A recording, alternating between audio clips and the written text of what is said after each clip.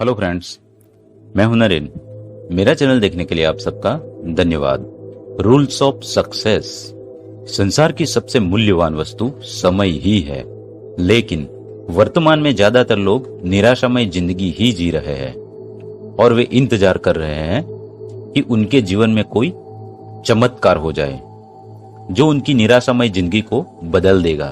दोस्तों, वह चमत्कार आज और अभी से शुरू होगा और उस चमत्कार को करने वाले व्यक्ति आप ही है, क्योंकि उस चमत्कार को आपके अलावा कोई दूसरा व्यक्ति कर ही नहीं सकता।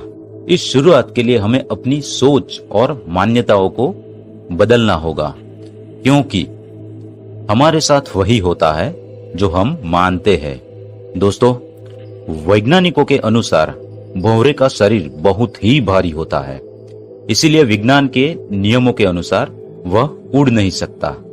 लेकिन भंवरे को इस बात का पता ही नहीं है और वह मानता है कि वह उड़ सकता है, इसीलिए वह उड़ पाता है। सबसे पहले हमें इस गलत धारणा को बदलना होगा कि हमारे साथ वही होता है जो भाग्य में लिखा होता है, क्योंकि ऐसा होता तो हम आज ईश्वर की पूजा ना कर रहे होते, बल्कि उन्हें बद्दुआ दे रहे होते। हमारे साथ जो कुछ भी होता है उसके जिम्मेदार हम स्वयं ही होते हैं, इसीलिए खुश रहना या ना रहना हम पर ही निर्भर करता है। भगवान उसी की मदद करता है जो अपनी मदद खुद करता है।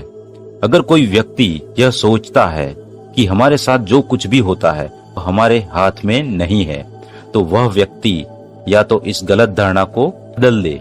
रूल्स ऑफ सक्सेस के लिए जीवन के नियम, रूल्स ऑफ लाइफ, कुछ नियमों का पालन हमें करना होगा। आत्मविश्वास, सेल्फ कॉन्फिडेंस। दोस्तों, हमारे जीवन में आत्मविश्वास का होना उतना ही आवश्यक है जितना किसी फूल में खुशबू, सुगंध का होना। आत्मविश्वास के बगैर हमारी जिंदगी एक जिंदा लाश के समान हो जाती है। कोई भी व्यक्ति कितनी भी प्रभावशाली क्यों न हो, वह आत्मविश्वास के बिना कुछ नहीं कर सकता। आत्मविश्वास ही सफलता की सीढ़ी है। आत्मविश्वास की कमी के कारण व्यक्ति अपने द्वारा किए गए कार्य पर संदेह करता है, शक करता है। आत्मविश्वास उसी व्यक्ति के पास होता है जो स्वयं से संतुष्ट होता है और जिसके पास दृढ़ निश्चय, मेहनत, लगन, साहस, वचनबद्धता, यह सब संस्कारों की संपत्ति होती है। आत्मविश्वास को कैसे बढ़ाए? स्वयं पर विश्वास रखे, लक्ष्य बनाए और उन्हें पूरा करने के लिए वचनबद्ध रहे। जब अपने द्वारा बनाए गए लक्ष्य को पूरा करते हैं तो यह आपके आत्मविश्वास को कई गुना बढ़ा देता है। खुश रहे, खुद को प्रेरित करे, असफलता से दुखी न होकर उससे सीख ले, क्योंकि अनुभव हमेशा बैड एक्सपीरियंस से ही आता है। सकारात्मक सोचे, थिंक पॉजिटिव, विनम्र रहे और दिन की शुरुआत किसी अच्छे कार्य से ही शुरू करे। इस दुनिया में नामुमकिन कुछ भी नहीं है। आत्मविश्वास का सबसे बड़ा दुश्मन किसी भी कार्य को करने में असफलता होने का डर है, और डर को हटाना है तो वह कार्य अवश्य करे जिसमें आपको डर लगता हो। सच बोले, ईमानदार रहे, प्रकृति से जुड़े अच्छे कार्य करे, जरूरतमंद की मदद करे, क्योंकि ऐसे कार्य आपको सकारात्मक शक्ति, पॉजिटिव पावर देती है। वही दूसरी और गलत कार्य और बुरी आदतें हमारे आत्मविश्वास को गिरा देती है, हमें कमजोर कर देती है। वह कार्य करे जिसमें आपकी रुचि हो और कोशिश करे कि अपने करियर को उसी दिशा में आगे ले जाए जिसमें आपकी रुचि हो। वर्तमान में जिए, सकारात्मक सोचे, थिंक पॉजिटिव, अच्छे मित्र बनाइए, बच्चों से दोस्ती करे, आत्मविश्वास को बढ़ाए रखे, आत्मचिंतन करे। स्वतंत्रता, स्वतंत्रता का अर्थ स्वतंत्र सोच और आत्मनिर्भरता से होता है। हमारी खुशियों का सबसे बड़ा दुश्मन निर्भरता ही है, और वर्तमान में खुशियां कम होने का कारण निर्भरता का बढ़ना ही है। ज्यादातर लोग कोई भी कार्य करने से पहले कई बार सोचते हैं कि वह कार्य करने में लोग उनके बारे में क्या सोचेंगे या क्या कहेंगे, और इसीलिए वे कोई भी निर्णय ले नहीं पाते और सोचते ही रह जाते हैं और समय उनके हाथ से पानी की तरह निकल जाता है। ऐसे लोग बाद में पछताते हैं। इसीलिए दोस्तों ज्यादा मत सोचिए, जो आपको सही लगे वह कीजिए, क्योंकि शायद ही कोई ऐसा कार्य होगा जो सभी लोगों को एक साथ में पसंद आए।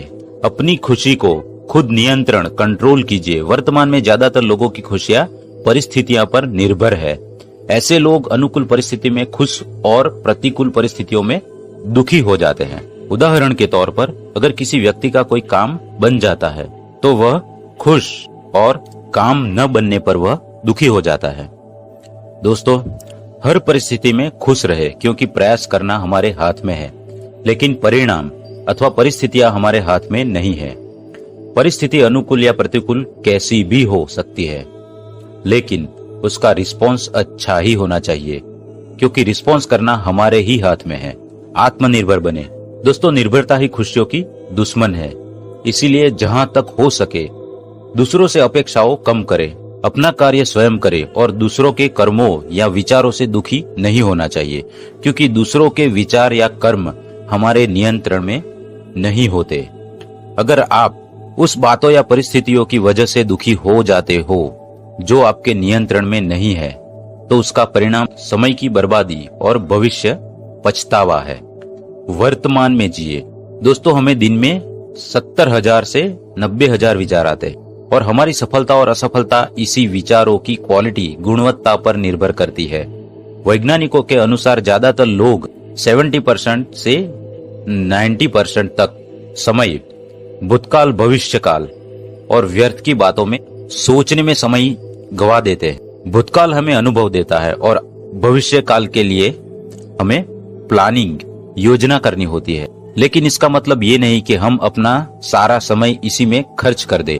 दोस्तों, हमें वर्तमान में ही रहना चाहिए और इसे बेस्ट बनाना चाहिए, क्योंकि ना तो भूतकाल और न ही भविष्य काल पर हमारा नियंत्रण होता है। अगर खुश रहना है और सफल होना है तो उस बारे में सोचना बंद कर दे जिस पर हमारा नियंत्रण ना हो।